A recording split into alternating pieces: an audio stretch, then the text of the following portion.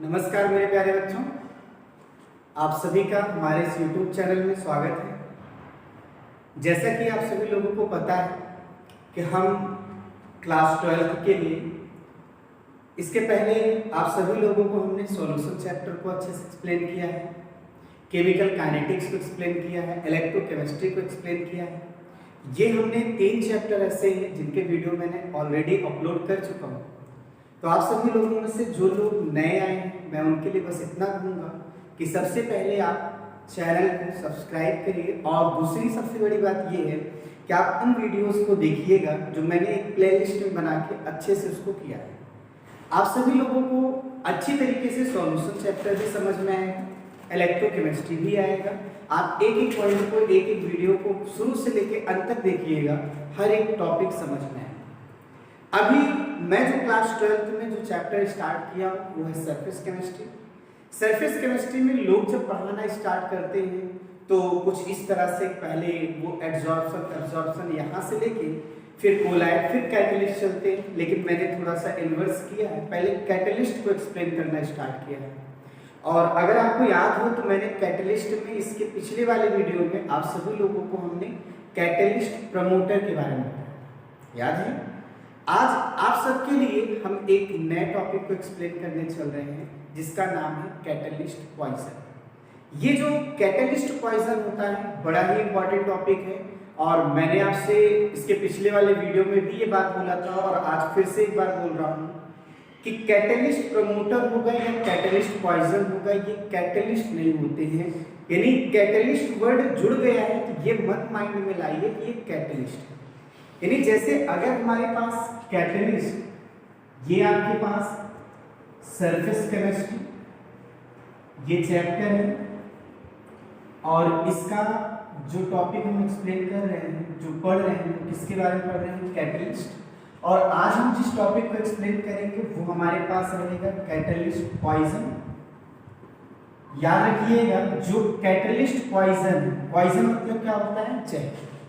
आप बस इतना समझिएगा, हमारे पास 2 तरह के मटेरियल थे। एक कैटलिस्ट प्रमोटर थे जिसे हम कैटलिस्ट एक्टिवेटर भी कहते हैं, और एक कैटलिस्ट क्या है, पॉइजन। 2 तरह के मटेरियल, दोनों के नाम में कैटलिस्ट वर्ड है। आप कंफ्यूज मत होइएगा, अपने माइंड से पहले निकाल दीजिए ये कैटलिस्ट नहीं है, लेकिन कैटलिस्ट के लिए बहुत ही उपयोगी है। वैसे ही आप समझिए कैटलिस्ट, अगर आप पॉइजन की बात करेंगे इनमें सबसे पहले आप ये बोल सकते हैं इट इज नॉट कैटलिस्ट। सबसे इंपॉर्टेंट लाइन ये आप कह सकते हैं ये कैटलिस्ट नहीं है। तो ये करता क्या है, ये जब कैटलिस्ट नहीं है तो कैटलिस्ट के लिए क्या करता है, तो मैं बस इतना बता रहा हूं। पॉइजन मतलब क्या होता है, जहर। जहर का काम क्या होता है, जैसे कोई बॉडी है वो एक्टिव है, अगर पॉइजन उसके अंदर आ जाएगा तो क्या होगा, धीरे धीरे उसकी एक्टिविटी कम होती चली जाएगी। बिल्कुल वैसे ही कैटलिस्ट पॉइजन क्या करता है, कैटलिस्ट की एक्टिविटी को कम करता है। तो हम बोल सकते हैं कि catalyst poison it reduce activity of catalyst. मतलब जो हमारे पास कैटलिस्ट रहेगा उसकी एक्टिविटी को क्या कर देगा, रिड्यूस कर देगा। तो ऐसा कोई भी मटेरियल होगा उसे हम क्या कहेंगे, कैटलिस्ट पॉइजन। यानी अगर हम डेफिनेशन बनाना चाहें तो आप बोल सकते हैं मटेरियल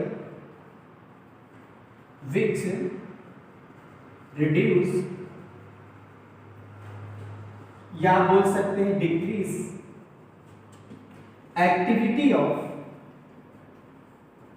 कैटलिस्ट। मतलब जो कैटलिस्ट की एक्टिविटी को रिड्यूस कर दे या डिक्रीज कर दे, तो हम सभी लोग, या डिस्ट्रॉय आप बोल सकते हैं, कम कर दे, नष्ट कर दे, तो हम ऐसे मटेरियल को किस नाम से जानेंगे, कैटलिस्ट पॉइजन। ये आपको हमने डेफिनेशन के तौर पर बताया, ठीक है। और अब आप सभी लोगों को हम थोड़ी देर के लिए एक एग्जाम्पल से आपको समझाने चल रहे हैं कैटलिस्ट पॉइजन का मतलब क्या है। अगर आपको याद हो, मैंने एक एग्जाम्पल आप सभी लोगों को दिया है, थोड़ा सा आप समझिएगा। बोर्ड पेपर में आपसे एग्जाम्पल भी पूछा जाता है। अगर एग्जाम्पल के फॉर्म में देखेंगे तो एग्जाम्पल ये आपके पास था, जब आपने देखा होगा कॉन्टैक्ट प्रोसेस से हम सभी लोग क्या बनाते हैं, सल्फ्यूरिक एसिड। याद रहे कांटेक्ट प्रोसेस से हम केमिकल का किंग ऑफ केमिकल जिसे सल्फ्यूरिक एसिड कहते हैं इसे बनाते हैं। और उस प्रोसेस में आप देखे होंगे सल्फर डाइऑक्साइड जो होता है वो ऑक्सीडाइज्ड होता है। सल्फर ट्राइऑक्साइड में कैटलिस्ट यहाँ प्लेटिनम होता है। वहां पे कंडीशन बताई जाती है कि ये जो प्लेटिनम है, ठीक है, इस कैटलिस्ट के लिए ये और ये दोनों एकदम से क्या होना चाहिए, प्योर होना चाहिए। दोनों एकदम से क्या होना चाहिए, प्योर। क्यों प्योर? इसलिए होना चाहिए कि अगर प्योर O2 रहेगा, प्योर SO2 रहेगा तो प्लेटिनम 100% एक्टिव है।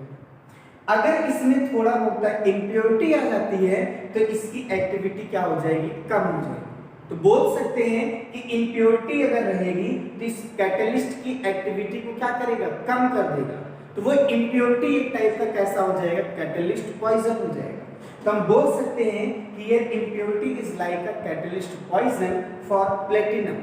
बात समझ आई? और एक एग्जांपल आप याद रखिएगा, आर्सेनिक हो या आर्सेनिक का कोई भी कंपाउंड हो वो प्लेटिनम कैटलिस्ट के लिए पॉइजन का काम करता है। अभी हमने आपसे यही कहा जो हमारे पास ये प्लेटिनम है, इस प्लेटिनम को अगर हम देखें तो ये टाइप का क्या है, इस रिएक्शन के लिए कैटलिस्ट का काम कर रहा है। और हमारे पास हमने बोला कि SO2 और O2 एकदम से क्या होना चाहिए, प्योर होना चाहिए। अगर प्योर नहीं होगा इसका मतलब उसमें इम्प्योरिटी होगी, और अगर इम्प्योरिटी है तो ये इम्प्योरिटी क्या करेगा, ये कैटलिस्ट पॉइजन की तरह काम करेगा। और आपको मैंने एक छोटा सा हिंट दिया और ये बताया है आर्सेनिक हो या इसका कोई भी कंपाउंड, बात समझिएगा, आर्सेनिक हो या आर्सेनिक का कोई भी कंपाउंड जैसे आर्सेनिक ऑक्साइड या आर्सेनिक सल्फाइड, मतलब मेरी ये है कि आर्सेनिक का कोई भी कंपाउंड हो ये आपका क्या होता है, कैटलिस्ट पॉइजन होता है। That is a catalyst poison. किसके लिए? फॉर प्लेटिनम के लिए। ये बात आप याद रखिएगा। तो मैंने आपको एक एग्जांपल दिया, अब मैं आपको एक और एग्जांपल दे रहा हूं, इससे भी आप अच्छी तरीके से समझिएगा। कैटलिस्ट प्रमोटर, कैटलिस्ट पॉइजन के लिए एक दूसरा एग्जांपल मैं बता रहा हूं, उसे देखिएगा। आपने हैबर प्रोसेस से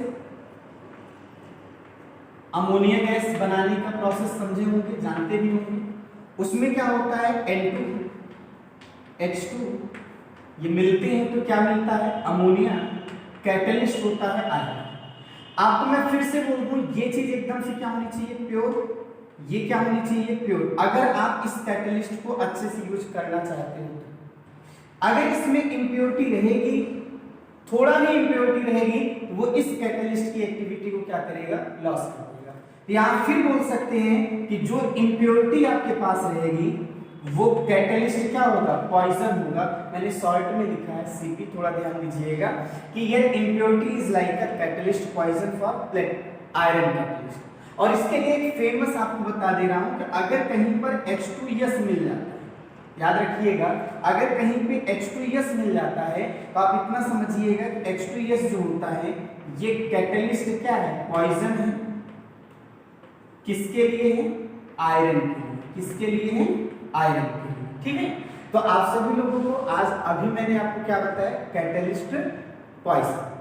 अच्छा, मन में थोड़ा सा क्वेश्चन उठता होगा कि आखिरकार कैटलिस्ट प्रमोटर या कैटलिस्ट पॉइजन ये दोनों कैटलिस्ट पर इफेक्ट डालते हैं, तो कैसे इफेक्ट डालते हैं?